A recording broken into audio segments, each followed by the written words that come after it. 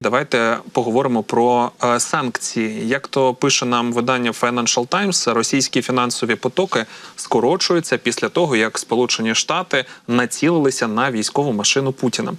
Це цікава стаття, оскільки зазвичай прийнято критикувати Сполучені Штати, оскільки Путін все ж таки зміг варіанти знайти для себе, як обходити санкції.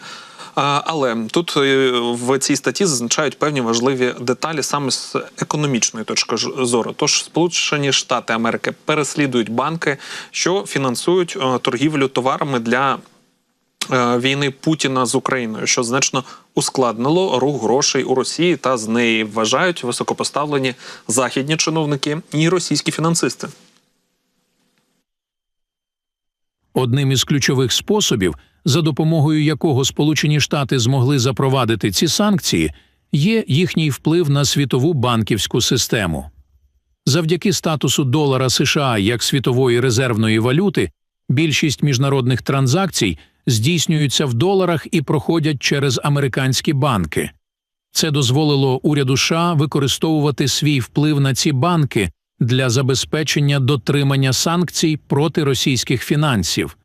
Банки, які порушують ці санкції, можуть зіткнутися зі значними штрафами та іншими санкціями, що змушує їх вагатися у веденні бізнесу з російськими компаніями. Тож наступний графік демонструє зміни тенденції вливань грошей у Росію. Як зазначають, дії уряду США проти Росії призвели до значного скорочення російських фінансових потоків і призвели до скорочення іноземних інвестицій в Росію. Це означає зменшення кількості грошей, які надходять до країни. І це негативно вплинуло на російську економіку. У відповідь на санкції російський уряд активізував свої зусилля із залучення інвестицій із інших країн, зокрема з Азії. Однак ці зусилля поки що були переважно безуспішними, оскільки багато інвесторів не наважуються вкладати кошти в країну, яка стикається з такими значними економічними проблемами. Позиція Європейського Союзу. Європейський Союз висловив занепокоєння щодо впливу санкцій США на російську економіку. ЄС традиційно є основним торговельним партнером Росії, товарообіг між двома регіонами у 2023 році склав понад 200 мільярдів євро. Санкції спричинили різке скорочення російських фінансових потоків, що негативно вплинуло на економіку ЄС. Однак ЄС також висловив підтримку зусиллям США, спрямованим на притягнення Росії до відповідальності за її дії. Загалом, міжнародна реакція на санкції США проти Росії була неоднозначною. Існує занепокоєння щодо впливу на світову економіку, але водночас існує і підтримка зусиль США, спрямованих на притягнення Росії до відповідальності за її дії. Ситуація, ймовірно, продовжуватиме розвиватися, і поки що невідомо, якими будуть довгострокові наслідки для світової економіки.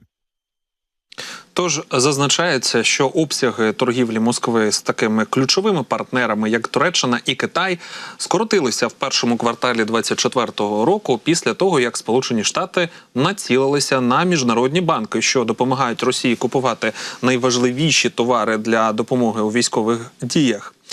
Спеціальні заходи, введені наприкінці минулого року, змусили кредиторів відмовитися від російських контрагентів і уникати операцій у різних валютах, сказали виданню західні чиновники і 3 високопоставлені російські фінансисти.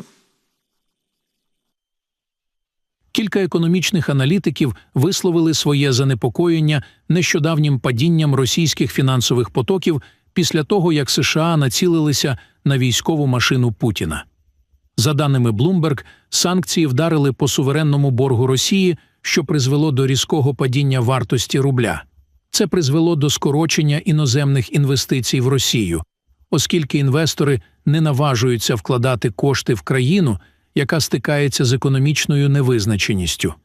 Крім того, санкції також вплинули на здатність Росії отримати доступ до світової банківської системи, що ускладнило для російських компаній проведення міжнародних транзакцій. Це ще більше зменшило потік фінансів у країну, що негативно вплинуло на російську економіку.